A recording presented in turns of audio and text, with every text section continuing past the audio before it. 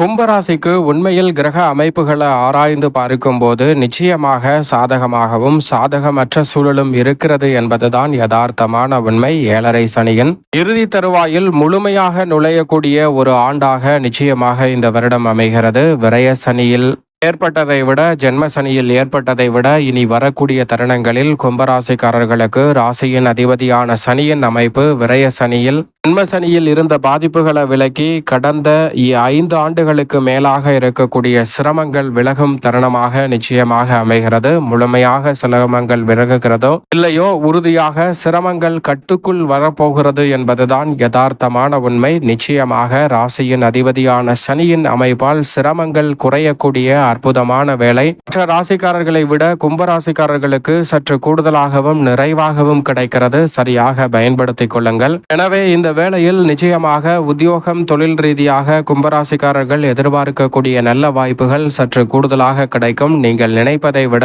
தன்னிறைவுடன் பல பணிகளை துரிதமாகவும் விரைவாகவும் மேற்கொள்ளக்கூடிய சந்தர்ப்பம் உங்களை தேடி வருகிறது. தொட்ட காரியம் அனைத்தும் மிக சிறப்பான மாற்றத்தை ஏற்படுத்தி கொடுப்பதற்கான சந்தர்ப்பம் நிச்சயமாக உண்டு. அதே போன்று குரு பகவானை பொறுத்த வரைக்கும் முற்பகுதியில் 5லும் பிற்பகுதியில் 6ல் உச்சம் பெற்றும் பிறகு 7லும் நுழைய போகிறாருங்க. ராசியின் அதிபதியான சனிக்கு சமகிரகமாக இருக்கக்கூடிய குரு பகவான் பெரும்பாலும் இந்த வருடம் முழுவதும் நிறைந்த நன்மையை தான் அள்ளி கொடுக்கிறார். ராசியின் அதிபதியான சனியின் அமைப்பால் சிரமம் குறையக்கூடிய இந்த தருணத்துல குரு பகவானின் அமைப்பால் அமோகமான நன்மை கிடைக்கும் ஒரு ஆண்டாக மாற்றி கொடுப்பதால் கும்பராசிக்காரர்களுக்கு குருவின் அமைப்பால் இல்லத்தில் பல்வேறு வகையான சுப நிகழ்வுகளும் குதூகலமும் கொண்டாட்டமும் நிறைந்த வாய்ப்புகளும் சந்தர்ப்பங்களும் உங்களை தேடி வருகிறது. குரு பார்க்கின் கோடி நன்மை என்று சொல்லக்கூடிய வகையில் குருவின் சுப பார்வையும் ஜென்மராசிக்கு கிடைப்பது பல சங்கடங்களை தவிர்த்து முன்னேற்றத்தையும் வளர்ச்சியையும் நிறைவாக அள்ளி கொடுக்க போகிறது. சரியாக பயன்படுத்திக் கொள்ளுங்கள். நிழல் கிரகமான ராகு மற்றும் கேதுவின் அமைப்பை பொறுத்தவரைக்கும் ஜென்மராசியிலும்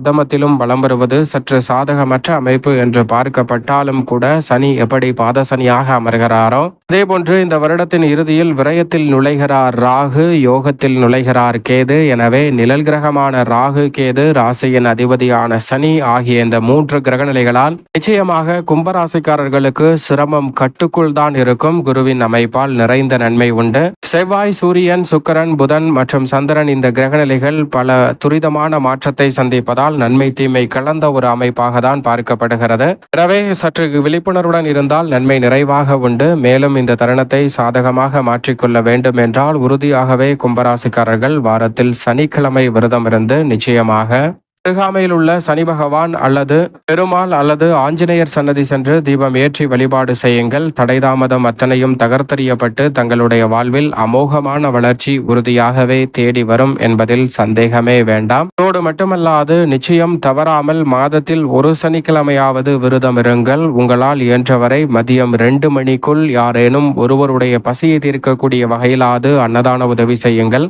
கும்பராசிக்காரர்களுடைய வாழ்க்கை உறுதியாகவே தலைகீழாக மாறும் என்பதில் சந்தேகமே இல்லை.